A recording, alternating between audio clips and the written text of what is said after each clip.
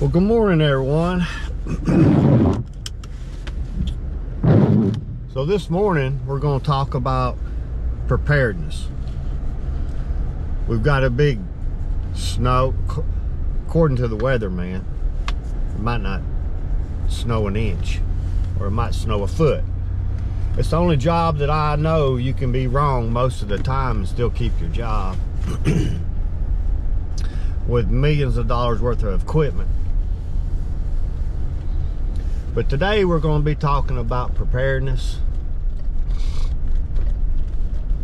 But the first thing we got to do is go to the dump, take the trash off.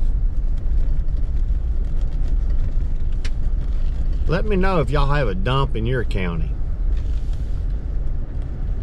We don't have trash pickup. We have to take it to a convenience center, which is not much of a convenience because you have to drive all the way in town to drop it off. The people in town have trash service, and I guess we could hire a trash service to come out here, but we have to take it to town to drop it off, and that's what I'm doing right now. So we'll be back with you in a little while.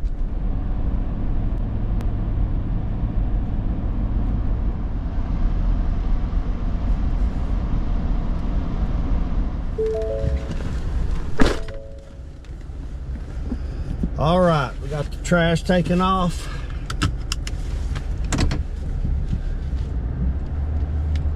The people at the convenience center are very friendly, very helpful. So today we're going to be talking about preparedness for snow, ice storm, whatever comes your way. You kind of have to look at it, you have to start with the basics. Water being number one. I know during a snowstorm or ice storm, the water's not going to cut off, but just listen to me.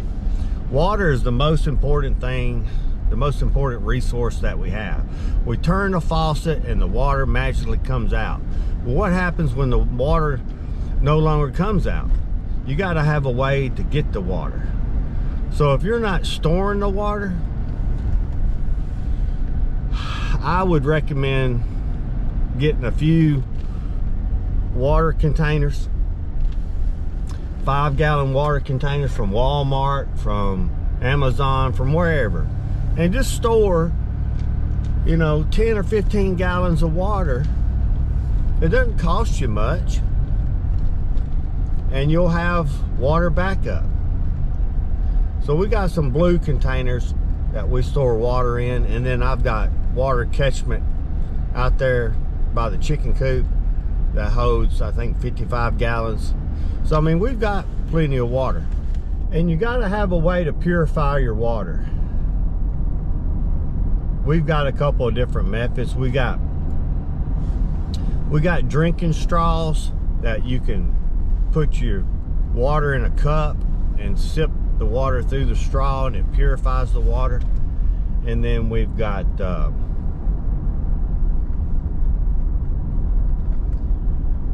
gravity flow water purifiers, where you put a gallon of water in a bag and hang it up high, and it drips down and filters your water. So that's a couple of different ways. And you can filter it through heat, but then you got to have a heat source, and that kills the bacteria, but it don't get out other nasties like mud, dirt, whatever. You got to have a way to filter that. You could take a handkerchief and put over your pot or whatever, and pour the water through the handkerchief and catch it that way, and then boil it. That will help. And then you got shelter. That's probably the second most important thing. You got to have shelter.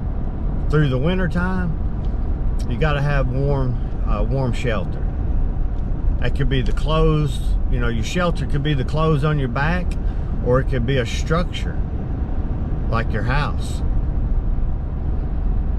You can keep your house warm by kerosene. Like if the power goes out, you can keep your house warm with kerosene. You can keep your house warm with candles. and just body heat.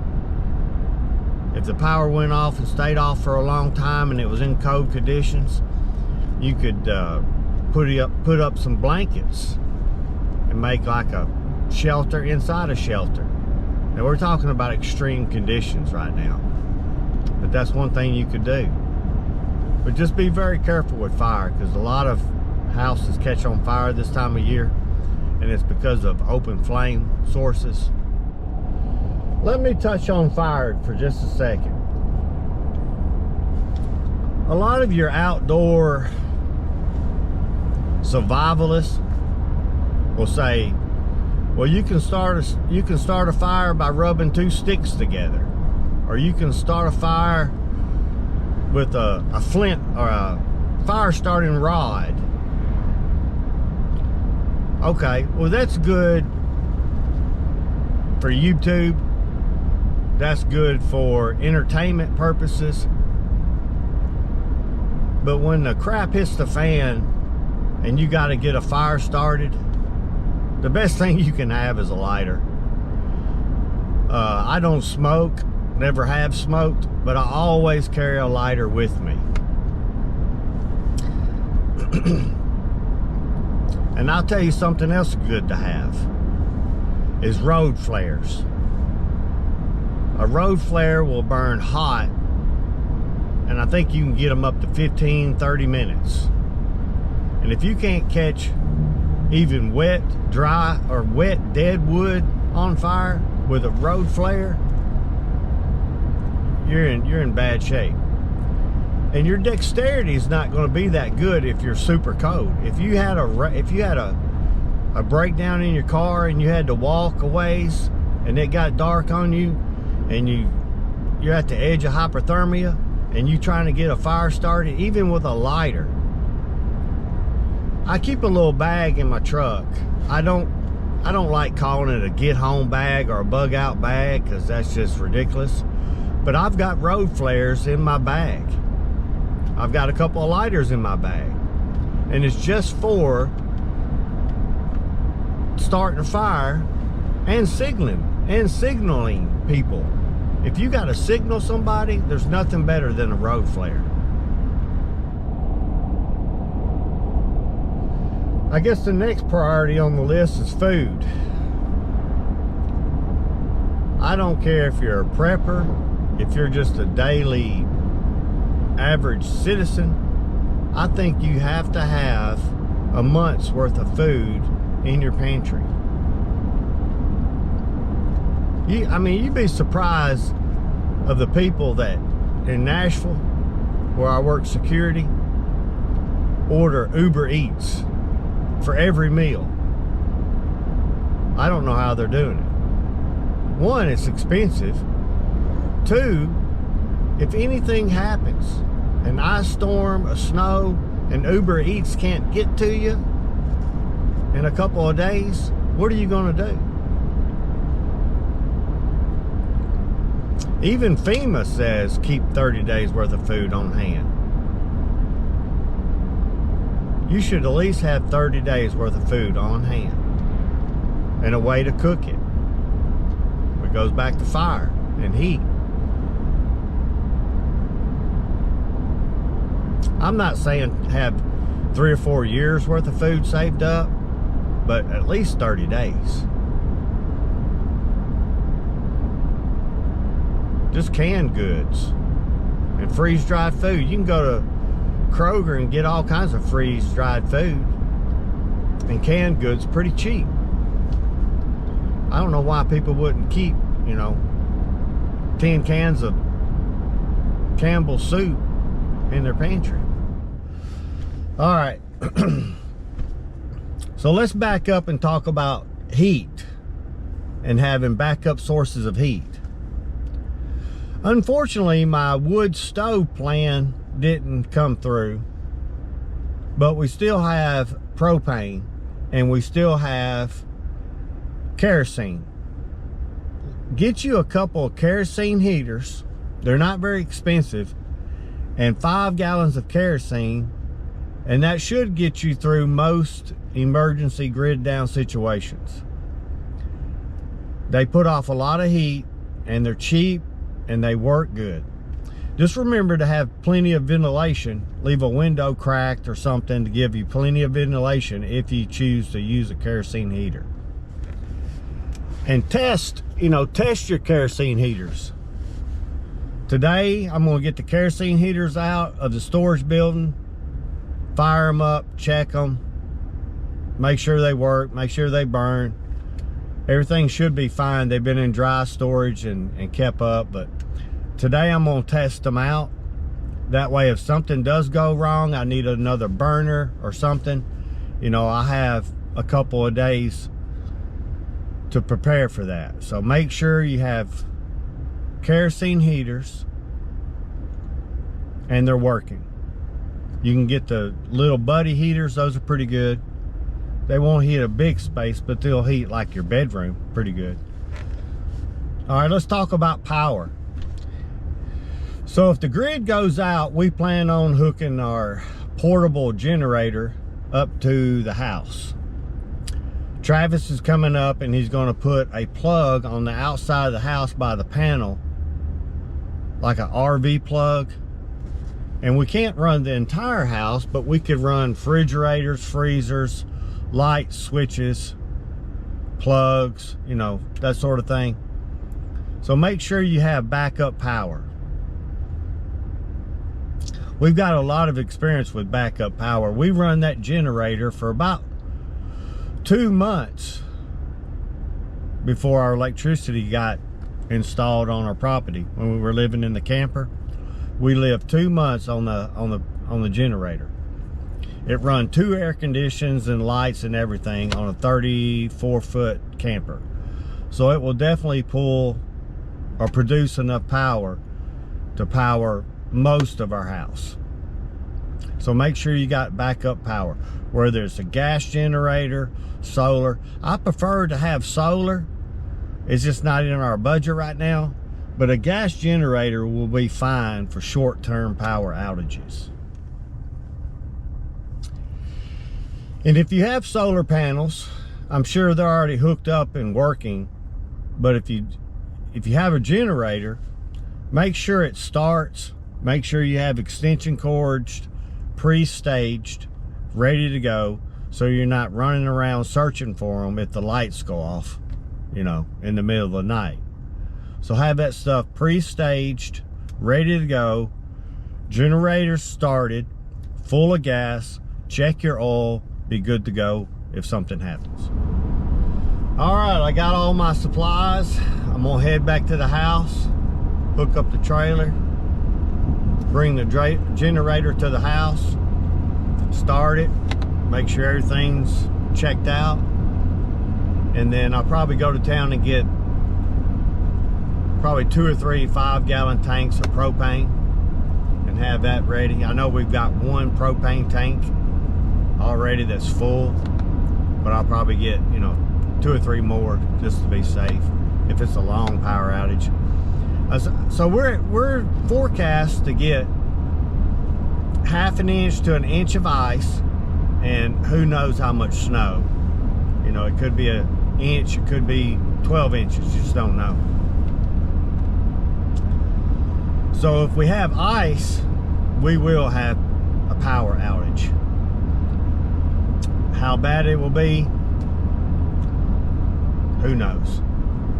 We had a ice storm back in 1994, 96, I believe, and it knocked out power for about a week, which we couldn't tell any difference. We had wood heat, we had a wood stove in the dining room and a wood fireplace in the living room, and gas wall heaters, propane wall heaters, and we stayed warm, and we had candles and old-time lanterns that burned kerosene.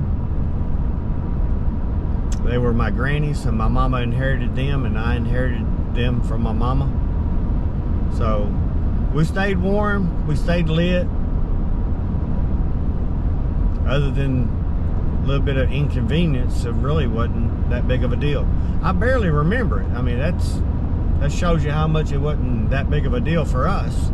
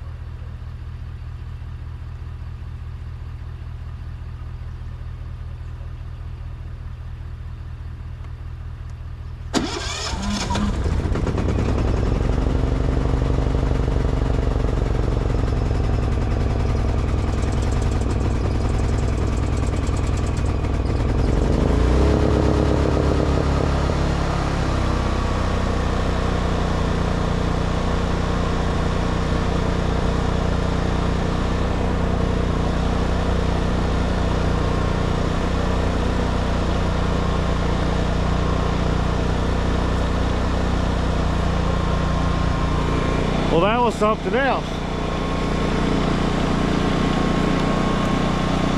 We've not started that generator in probably 2 years.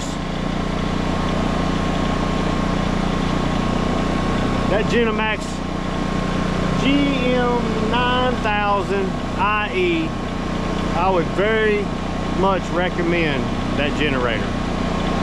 It's been a good one. We've got over 600 hours on it. And I've been meaning to get these lanterns out of storage for a while. I think I'm gonna put them on my deck for decoration, to burn at night, to have some ambient, to have some light sources. Ambient, is that the right word? Ambient light. But we're going to take them up there to the house and get them ready. We might need them for light, or we could, you know, need them for heat. They put off some heat, so.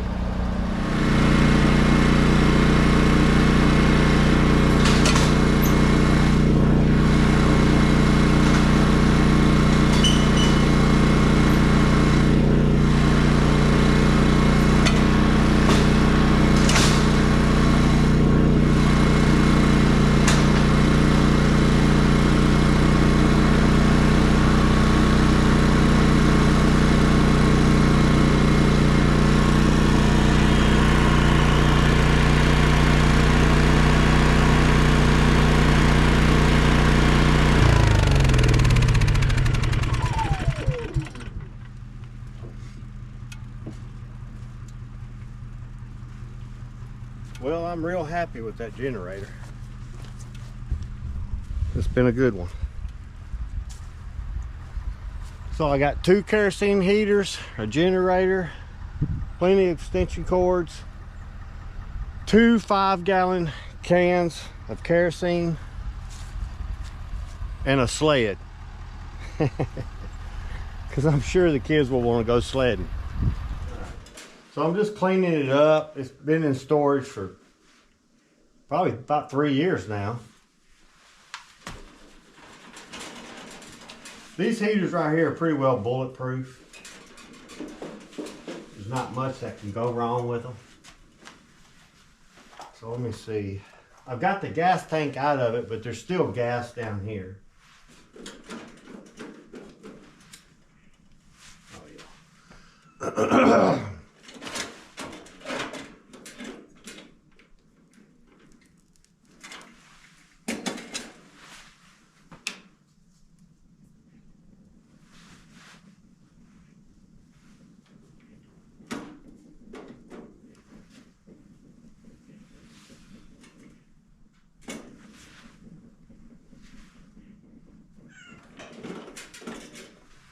So we're good there.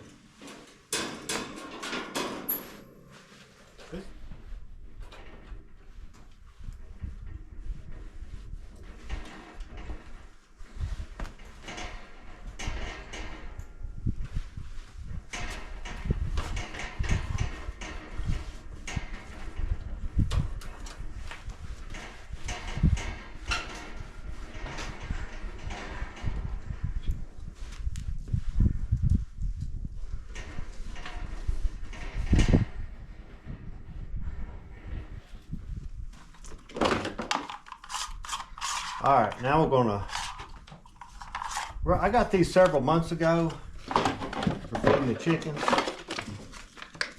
where you can get a whole bucket and feed them and provide them food for weeks. Seems pretty easy enough. They provide a drill bit. You just drill a hole in it like this. Install that like that. Like that. From the inside. Alright.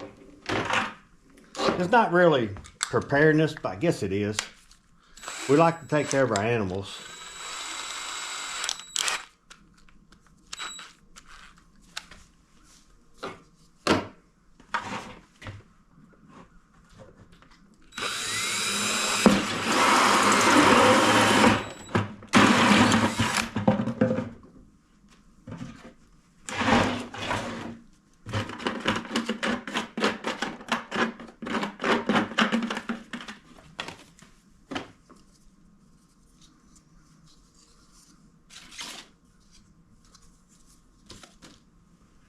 They give you these little rubber washers.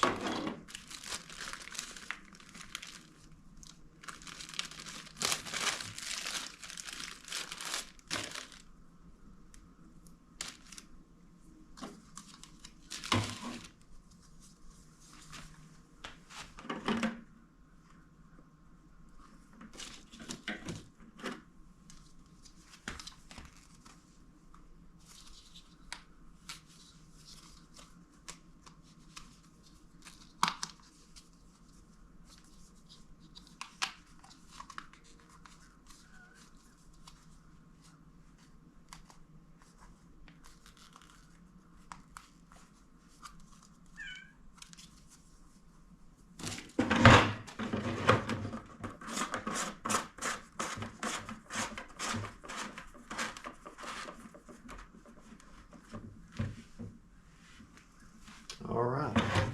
I think I'm gonna do 4 of them.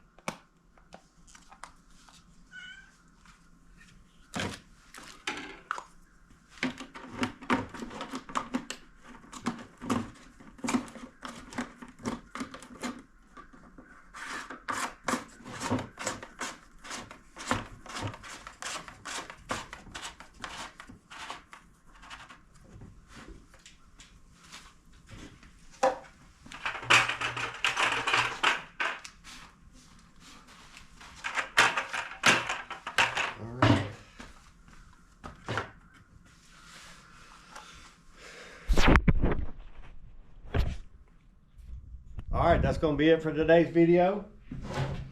Hope everybody makes it through the storm okay. Remember, water, shelter, food, heat, fire, whichever. But y'all be safe. Appreciate y'all watching. Hope you've learned a little something. Maybe leave the comments and teach me something. So we'll catch you next time.